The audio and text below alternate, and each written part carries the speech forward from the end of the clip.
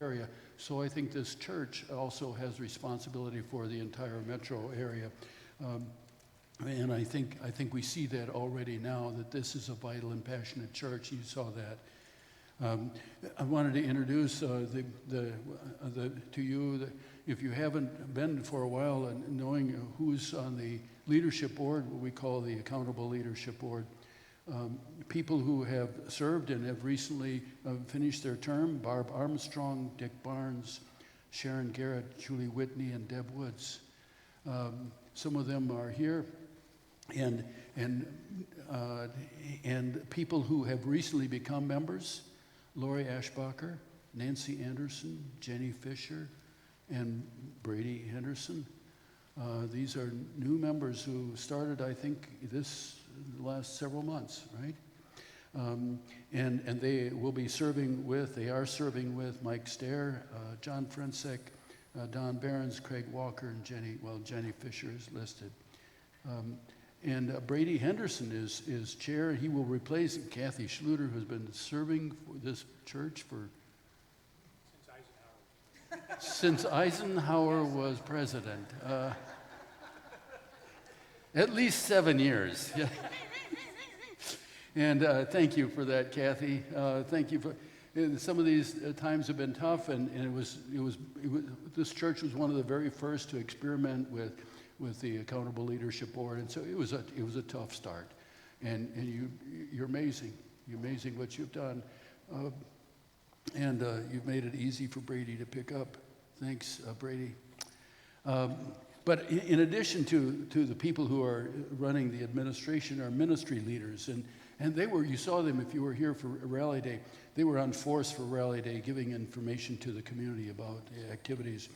And you are people, you are these people engaged in and beyond the church. Most of you would be named here, engaged in worship, fellowship, study, serving, music, teaching, writing, your circles, your programs.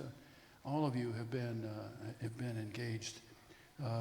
Just to point out, on December 3rd, Saturday, December 3rd, we're going to have Scott Carlson, director of the Wisconsin Conference Congregational Development Team, will be here for 2 hours, a 2-hour workshop on engaging the congregation for the church and the community. And you're all welcome to that, but please let me know that you'll be coming from 10 to 12 on Saturday morning, December 3rd. We need a couple more people on the Accountable Leadership Board. We need people. I realized that this church does not have a nominating committee, or maybe the leadership board was playing that role. We need a lay leader. We need delegate to the annual conference, chairs of our committees.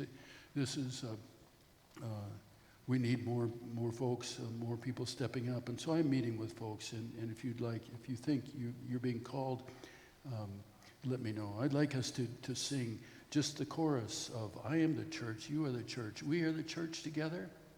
All of God's people all around the world, yes, we're the church together. Yeah? Where are you? Oh, we can do this a cappella. Forget this. I am the church, you are the church, we are the church together. All of God's people all around the world, yes, we are the church together.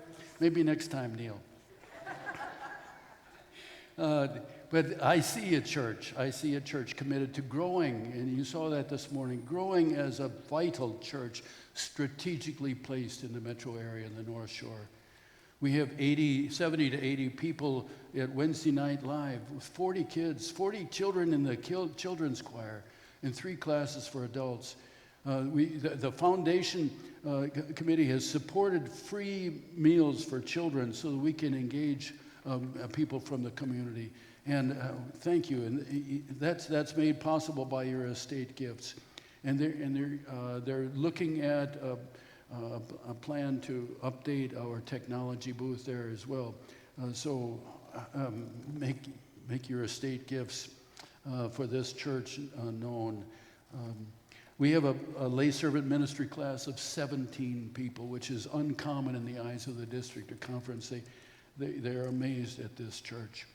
We have one preparing for service as a licensed local pastor and another considering that. And I don't know if you, at annual conference we had 30 churches without pastors. Kids are not going into seminary. The church, they've sensed the church's trouble, and they're thinking differently.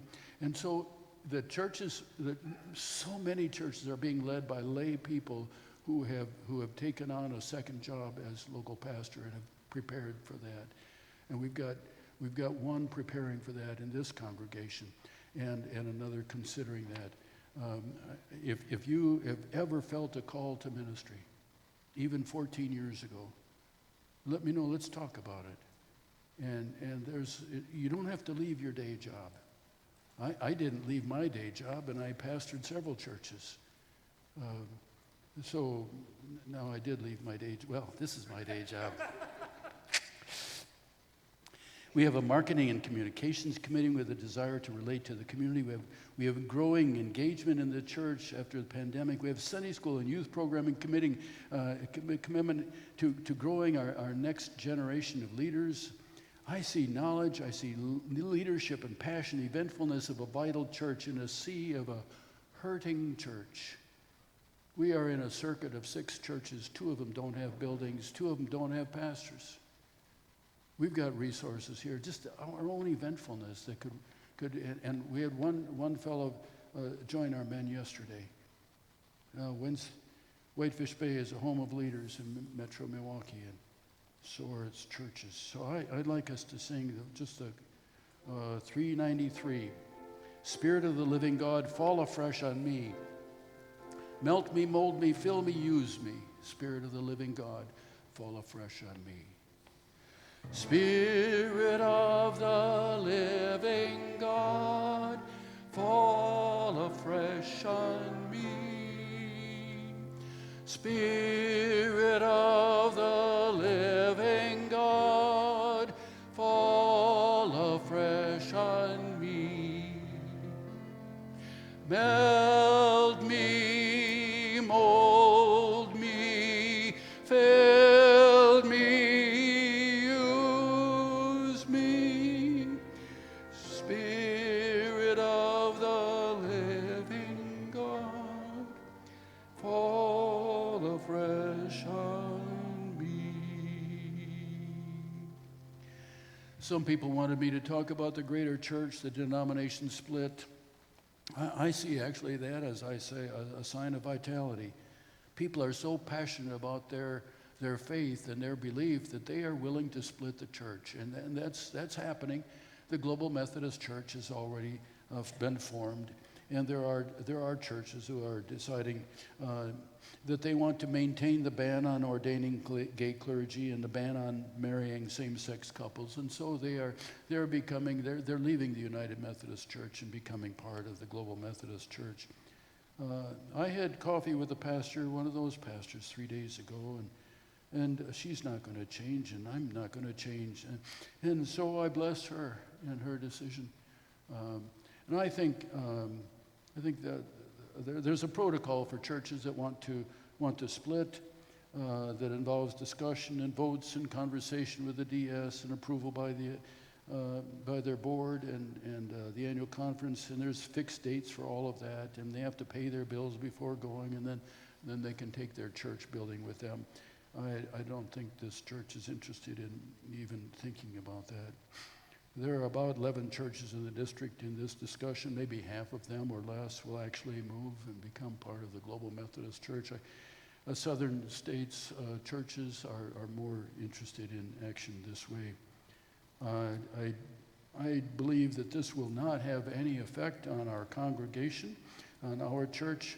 The conference is doing much to downsize, to reduce its costs, and our ministry here will continue as vitally as it always has been. So there will not be an effect on your clergy leadership. The conference is sensitive to congregations in their appointment.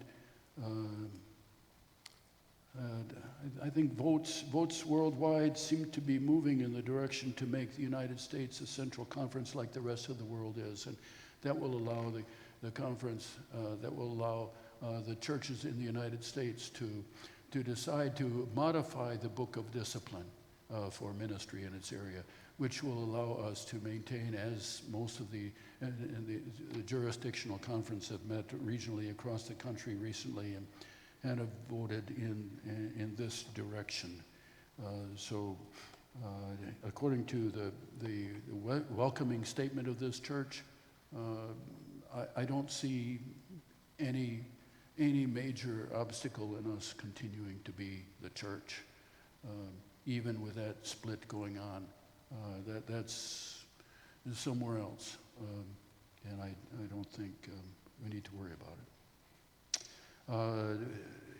Someone wanted to know the appointment process. Well, the church makes its needs and wants known, usually in the fall of the year, and the district and conference look at available clergy and send the best fit that they have at the time. Now, as I said, there's a shortage of clergy, and that's why you got this old man here. I'm doing my best, but you know, I don't have as much as I did when I was a kid. But remember, Mom's 100, so, and Biden is 80 today, right? Okay, then. All right, we'll keep going. But I'll stay as long as until they find someone, and they're thinking they will have someone by July. We'll see. But then the conference will introduce their best choice to the SPRT and the ALB, and we will take a vote. These teams will take a vote and decide if we want that person or not. I'm wondering, can we sing 585? You're still, I didn't get any of that food. I hope it's, okay. I'll get some crumbs off the, okay. Let's do This Little Light of Mine. I'm gonna let it shine. We'll just do, okay, we know this one, okay?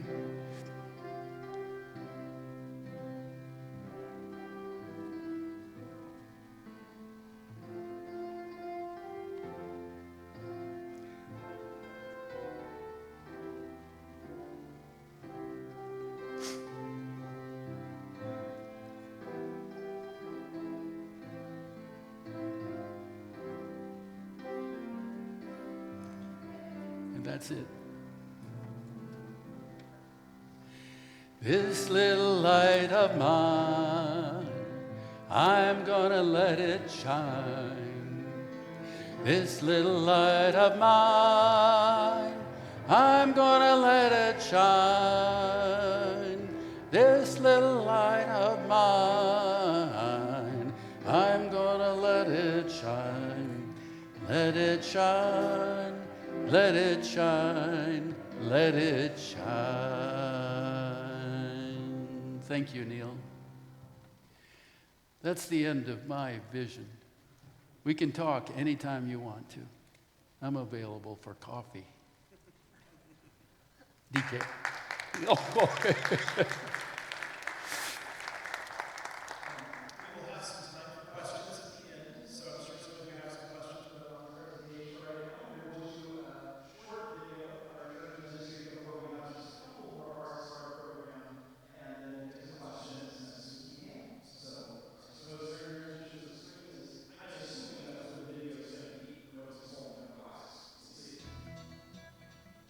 We're excited about our renewed vitality. Here's an update on our ministries. Hello, Pat Wazalowski, Minister of Congregational Connections here at United Methodist Church of Whitefish Bay. I'm delighted to share with you the many ministry activities I've been involved with this past year. We have our Sunday hospitality team of ushers, greeters, and coffee servers. We have a great homebound committee which calls our homebound, makes visits to them, sends cards, and we took pumpkins and flowers and all kinds of things to our homebound. I also was happy to help get North Shore School for Seniors back up running. did the Advent booklet that just came out, and had a Wednesday night live class. Thank you. 25 years ago, women began a weekly Thursday morning ministry called WOW, Women Offering Worship. Just recently, we were blessed to have Sister McCannon Brown speak to us about her work with the homeless and at-risk population of Milwaukee. In addition to weekly worship, we offer classes on a variety of topics and books. And for the month of November, we've begun a gratitude tree. United Women in Faith currently has 9 circles that offer women the opportunity to come together in friendship and service. To that end, we just had our holiday fair, which brought in over $7,000 to go to missions locally, nationally, and globally. Lydia's Treasure is a mission gift shop which includes fair trade items, local artisans, and great fun finds. Every purchase supports missions. And finally, as we look ahead to 2023, we're excited to offer a one-day retreat for women at the Sienna Retreat Center in Racine on Saturday, February 11th. So ladies, mark your calendars.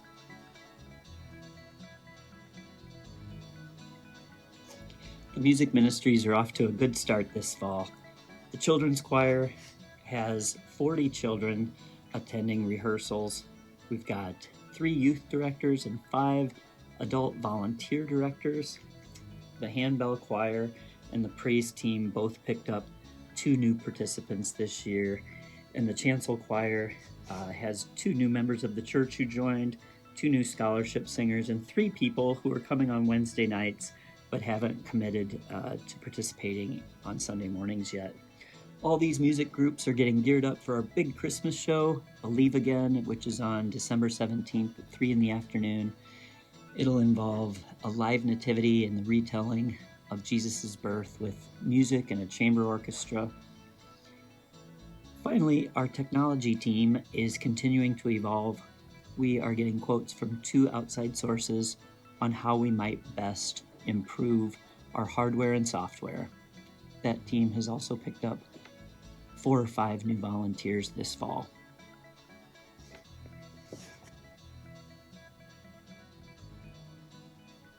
In youth, children, and family ministries, we had an action-packed summer that saw the return of children's camp, youth camp, Appalachia Service Project, and Vacation Bible School. From there, our youth programs and children's Sunday school have become vibrant, with friends old and new joining to volunteer. We are engaging whole families in service and community. Seeing new faces has brought hope and excitement to our efforts. We are looking forward to more growth in the coming year.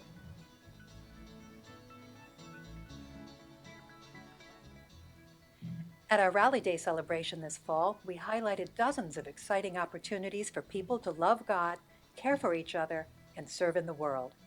These opportunities have offered engagement to people of all ages. Enrollment is up at all 3 of our schools, our daycare, our preschool, and best of all, our school for seniors. There are so many exciting ways to get involved with us in mission, ministry, and worship. The future is bright, but with God's help, we can make it brighter. We're inviting all ministry leaders to a workshop on December 3rd from 10 a.m. to noon. They'll learn from conference leadership about ways to extend our reach. If you have questions about any of the ministries you've heard about, feel free to reach out to staff or ministry leaders. We welcome your input, and we need your gifts.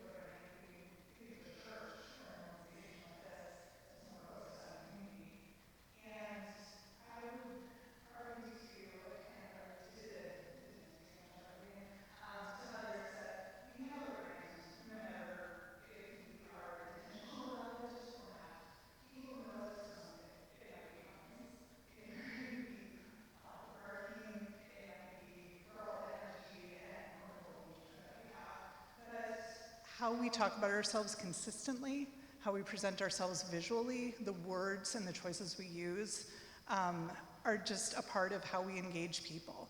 And so a brand is kind of a shorthand for who we are. And so the idea of the Refresh Project is to take all of our assets, our logo, our name, our visuals, our, how we talk about ourselves in words, in, copying the program from this morning or on the website, things like that, and put it all together into something that's consistent and strong and really reflects who we are, but also where we're going as a church, because we do have so much energy here and we're going somewhere. And I think it's somewhere good, but giving us all the tools to talk about it in a consistent and meaningful way that engages people and again invites them to be part of us is really important. And so my background, just real briefly, is I've been doing marketing communications in about 23,000 different industries. I've had a lot of jobs for nearly 2 decades.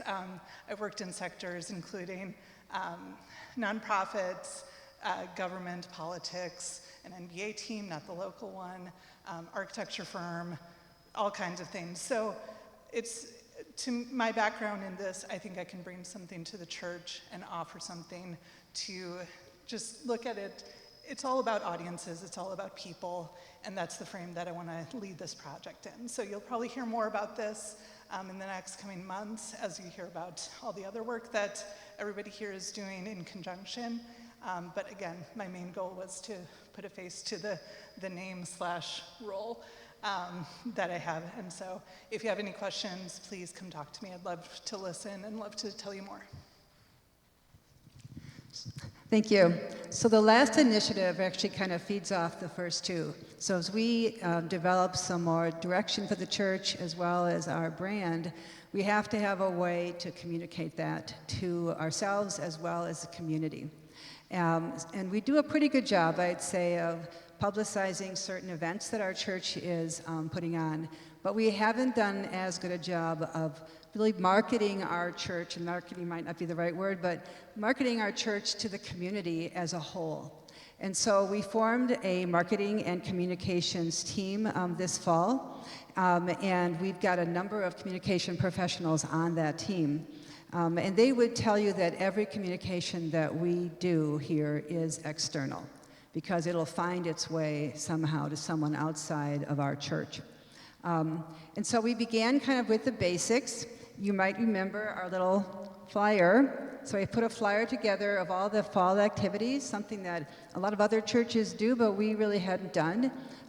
We pulled parts of that flyer off to make a banner that's outside, to put something in our eJoy and Joy, so that we can kind of use it. We're expanding it. Here is the little flyer that we've got for the children's ministry for Advent season. So we're kind of expanding some of those things as well.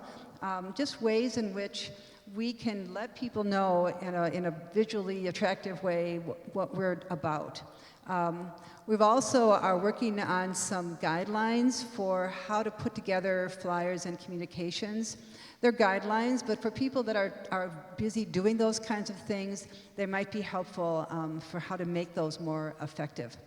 And that is really just kind of the basics. There's so much more that we can do, and I think as time goes on, we will communicate with you again about all the different things that we're doing in these 3 areas.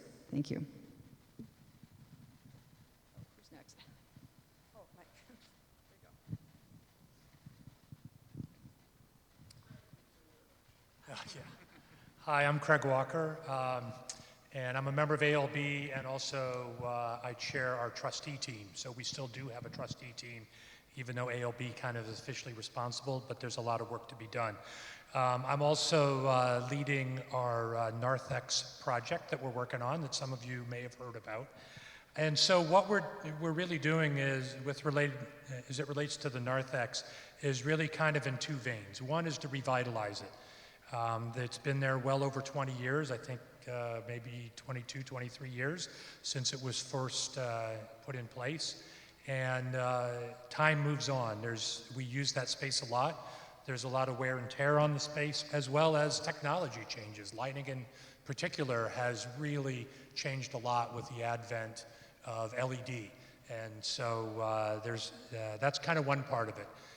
It's also the situation that if you're going to take the time and put the money in to put new flooring and new lighting and paint walls and that, it's really worth taking a look back and understanding how the space works for those of us that are in the church on a regular basis, the membership, other people, as well as those who walk into the space having never been in this church before. That's the portal into who we are.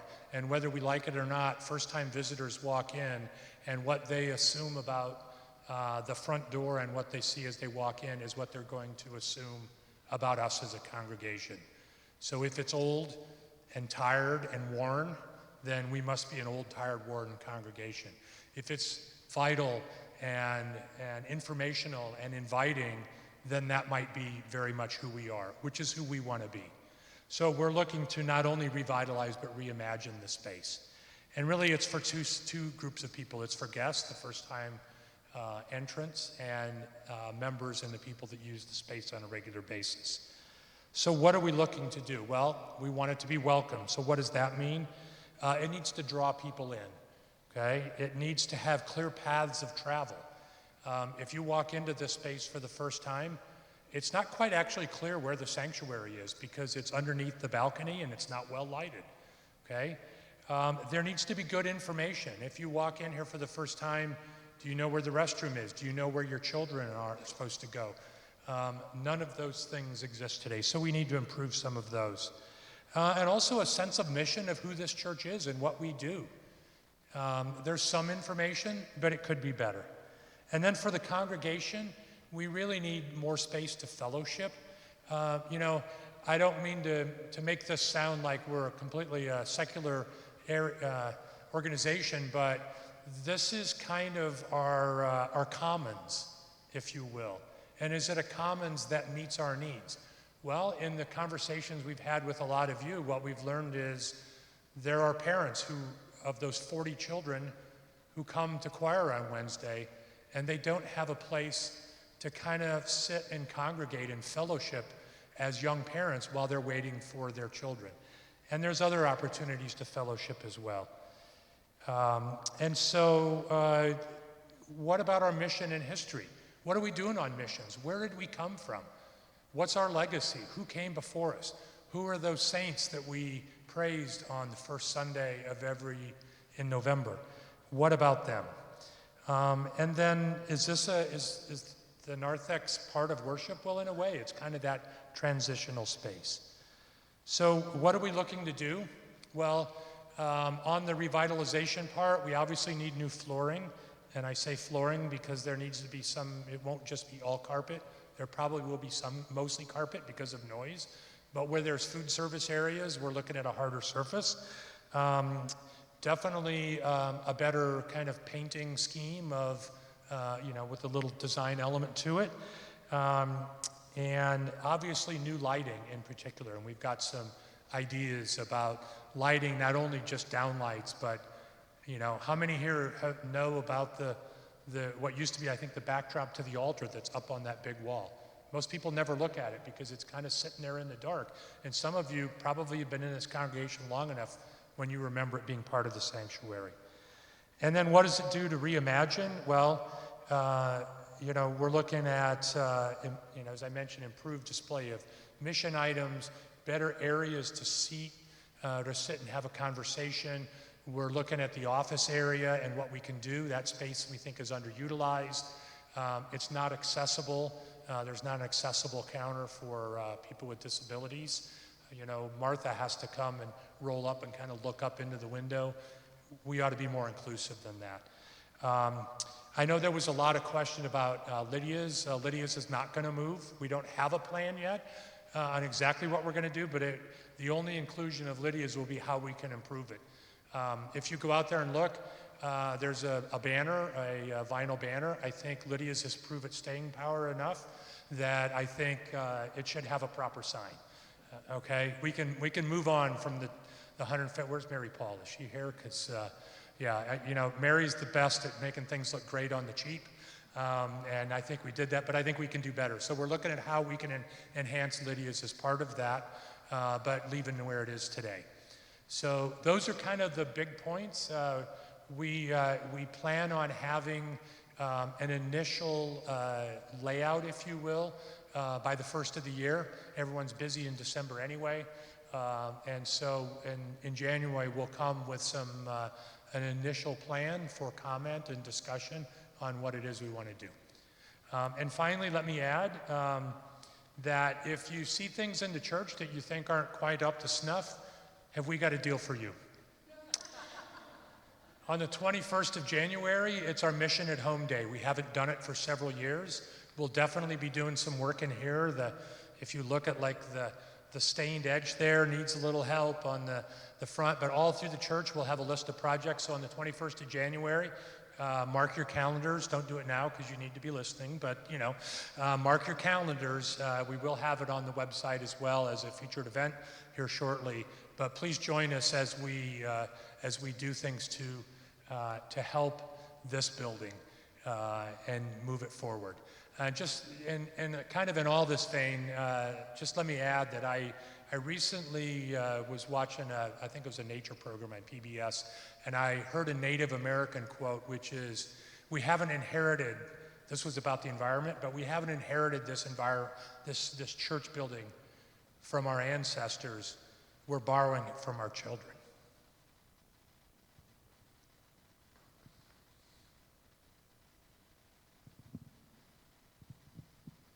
All right, thank you, Craig. And we have one other thing before we start questions, and that's to introduce Tom Van Cleve.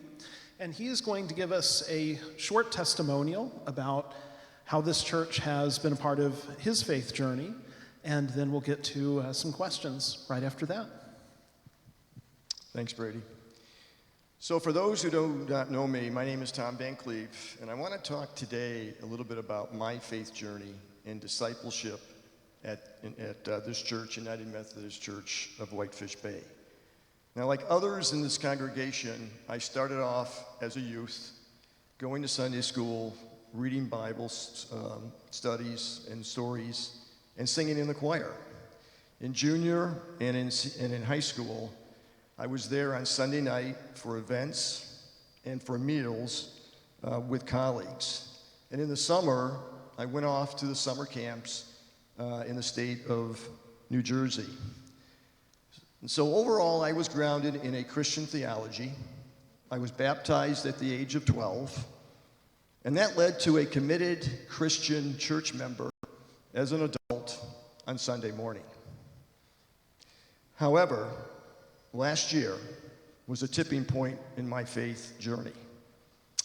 In August, I lost my twin brother, Tim, to cancer. At that moment, I look back at his faith journey, and we used to have hot tub talks of 1 to 2 hours, and his daughter used to coin those hot tub talks Tim Talks, because he used to probe various areas of my spiritual discipline and my acts of mercy and also mission. After the memorial service, we had an open mic for about 2 hours where colleagues, family, and friends gave countless testimonials about Tim's faith and how it impacted and changed their lives. I walked away on that day questioning my faith. 4 months later, I retired from mainstream at Johnson Controls. I waited patiently for the invitations from others, many in this congregation, on where I would direct my life and my purpose. Tim was still working in my heart. Over the past 2 months, I have jumped in with both feet in this congregation, based on the calling from God. I opened my heart.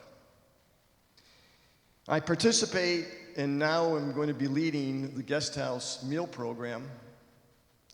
I joined the 7 a.m. early morning men's ministry Bible study on Wednesday. I joined the trustees as Craig was mentioning in terms of stewardship of our building. I attend the ALB meetings to really learn more about the needs both inside and outside this congregation. And then with the encouragement of Don, I'm attending the lay servant ministry classes on Wednesday. In the coming months, I hope to get acquainted with more church members. Yes, I'm the greeter out there, but I really need your support on my faith journey in this church.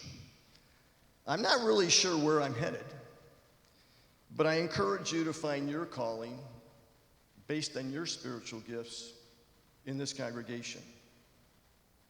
And I'm going to end with a quote from my grandmother. Tom, she used to tell me, live your life to the fullest, knowing that you are loved for and cared every day by the grace of God. Thanks. Amen. Thank you, Tom.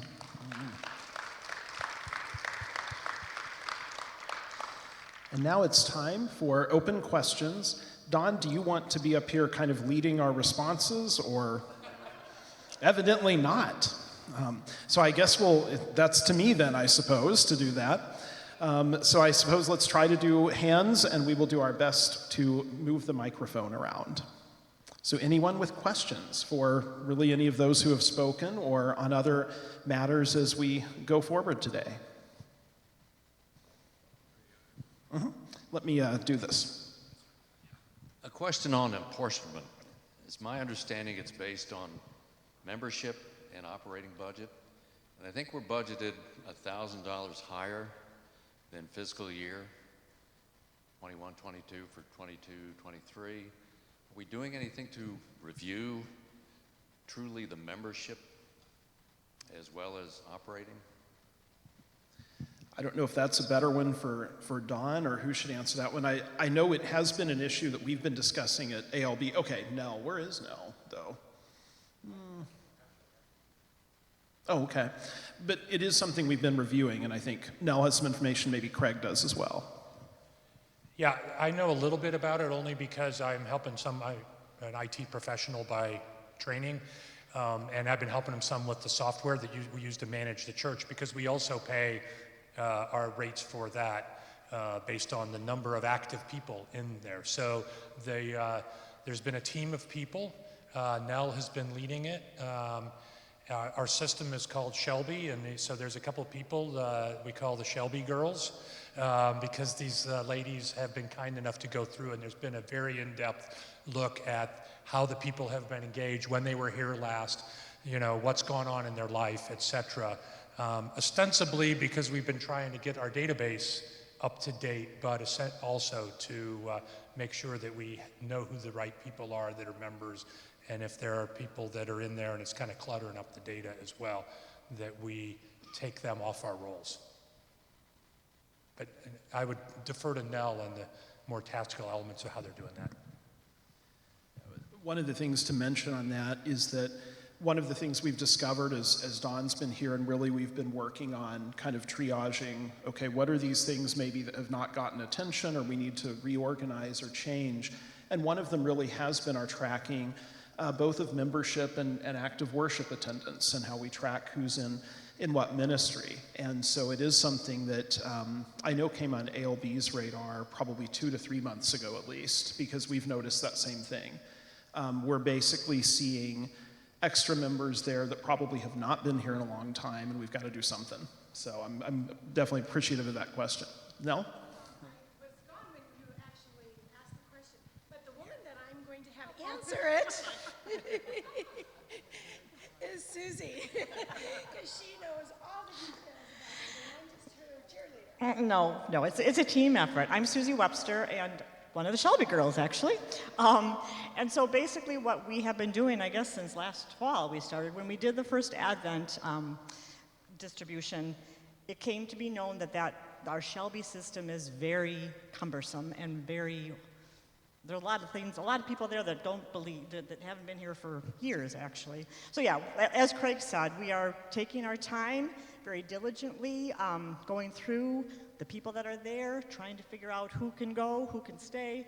We do keep them, for those of the people that we do take off the actual database. We do have them in our records and our archives.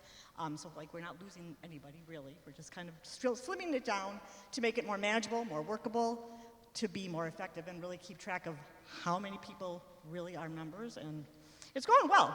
We have a good time. We do have fun.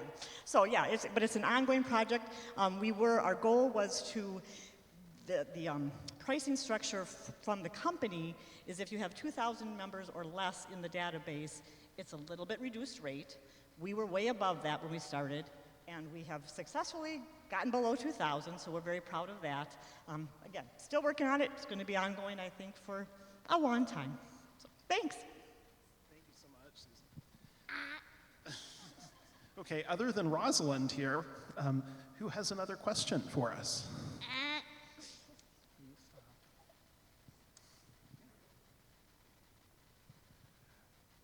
Direct this one to Don. You talked about the global United Methodist Church prohibiting gay pastors and marriages of same sex. What about the United Methodist Church? As I understood it, those prohibitions still are in place.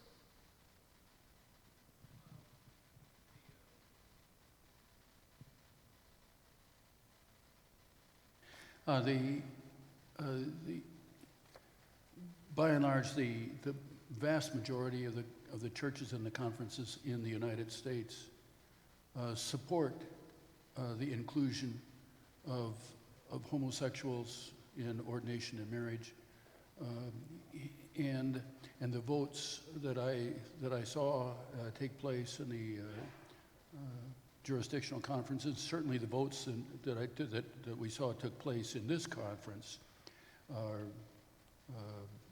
are in line with the welcoming statement that this church has made. And I saw 80%, 90%. And even when we were deciding, the lowest would be about 70% vote in favor of ordaining gay men and women and performing same-sex marriage. In fact, the Western Conference has voted again to elect a gay pastor, a gay bishop in the Western jurisdiction. So this is not going away. This is continuing. So is the process then that there'd have to be some kind of a general conference where Yeah. the U.S. would become its own conference and then could vote to change its discipline? Dick, do you know better? The process then would be, there wouldn't be a general conference for the United States. There would be, I think the jurisdictions would vote individually, but there would have to be, at the general conference in 2024, a vote would be taken, and this is where I sense it's going. A vote would be taken to allow the conferences in the United States to modify its book of discipline like everywhere in the world, everywhere else in the world can. There was a time when the United States church was the most dominant church. And so struggling churches in other places had to abide by the book of discipline written basically by the United States church. Well, now that's no longer the case, and the dominant churches are, the United States is really a minority church now, as we saw in the 2016 General Conference. And so, and the church in Africa and Asia do not want to see this split. And so I believe this is what we're going to see, is they will support the churches in the conferences of the United States to allowing them to make modifications to the book of discipline, even if the book of discipline stays the same. I'm convinced that this is the direction of the church. We saw that in the votes taken by jurisdictional conference this month. Is that clear or is it mud? Well, I just had a different question. Do we, I suppose I should know this, but do we have a capital fund, and if so, how much is in there?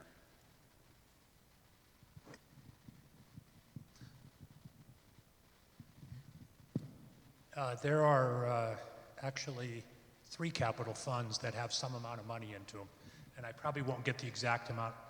There's a kind of a building fund that was from the previous campaign we did that has about $50,000 or $60,000 in it.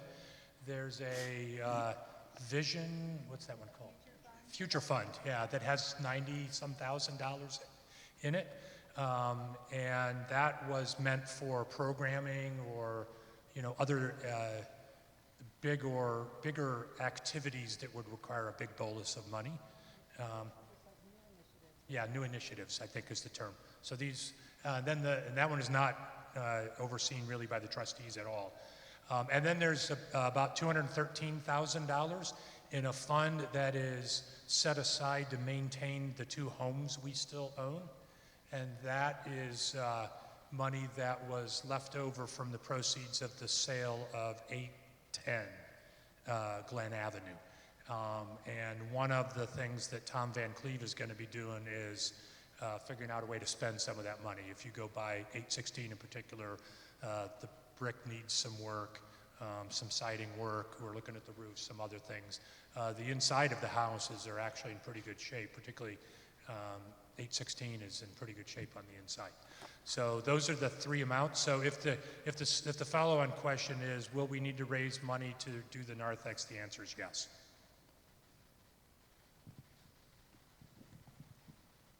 So we're at about an hour right now. Don, do we want to take a few more questions? What's kind of your intention on that? Or do you want to go ahead and close us in prayer in a moment or two? And then we can close the prayer. What's our easiest way here? If you have one more question. I just have a question. It's really a comment. But we have some new families who've started to come and check out our church. And some of them don't understand how vibrant our church really is. Because on the Sundays they've come, many of our church members have decided to worship at home. So when you have a family of 3 and you come into a sanctuary with about 30 people in it, even if the pastor says, oh, we've got a great online presence, it's not real persuasive to first-time visitors. So if you know friends or family members from our congregation who don't have compromised immune systems, think about encouraging them to come back to in-person worship, because we are going to have a really difficult time building a community if we're not here. Here, here, Neil. Thank you. Don, do we want to try to take one more? Do you want to go ahead and close us in prayer? And I don't think Don or several of us are going anywhere. So if someone has a question that hasn't been answered, perhaps that's our best way to do it so that we're not going over our time.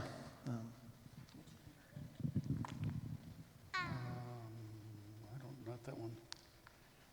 It's one on the sheet. So by the way, this is the child that was afraid to be in front of people and sing earlier in the day. So something has changed, and I think that's the power of Neil as a choir leader right there, evidently. I'm going to have us sing one more time. But for this one, you might want to get your little books out. Bind Us Together. Yeah, I see. 2226. 2226. Bind Us Together. Before we do, churches don't grow.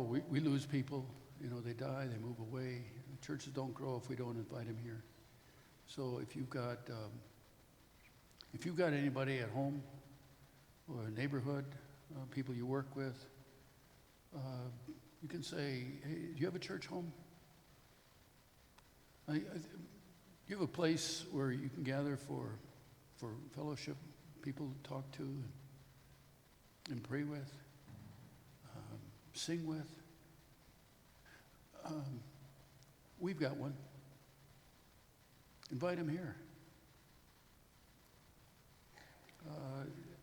If you experience this morning to be a very helpful spiritual dynamic, maybe the other people would like this too. Let us sing 2226, bind us together, and then I'll pray together. I'll pray with us.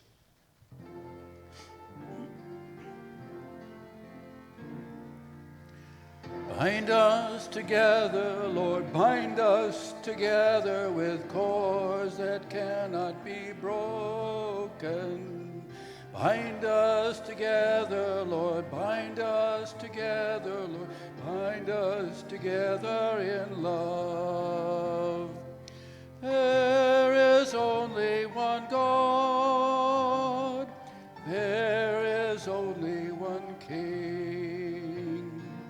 There is only one body, that is why we sing. Bind us together, Lord, bind us together, Lord, bind us, cannot be broken. Bind us together, Lord, bind us together, Lord, bind us together in love. God, we do ask that you're by the love of Christ and by your Holy Spirit, would you pour out your love on each of us so that we know it and experience it. And fill us with your love so that when we meet our neighbors and our family and friends this month, this week, it pours out of us in vital relationships. Relationships where people might want to come back to and trust in. Relationships not judgmental, but loving, embracing, honoring. And pour your Holy Spirit on this as a church, that we might be your presence in this community and for this metro area. Now keep us safe as we go home. Enjoy. In the name of Jesus we pray. Amen.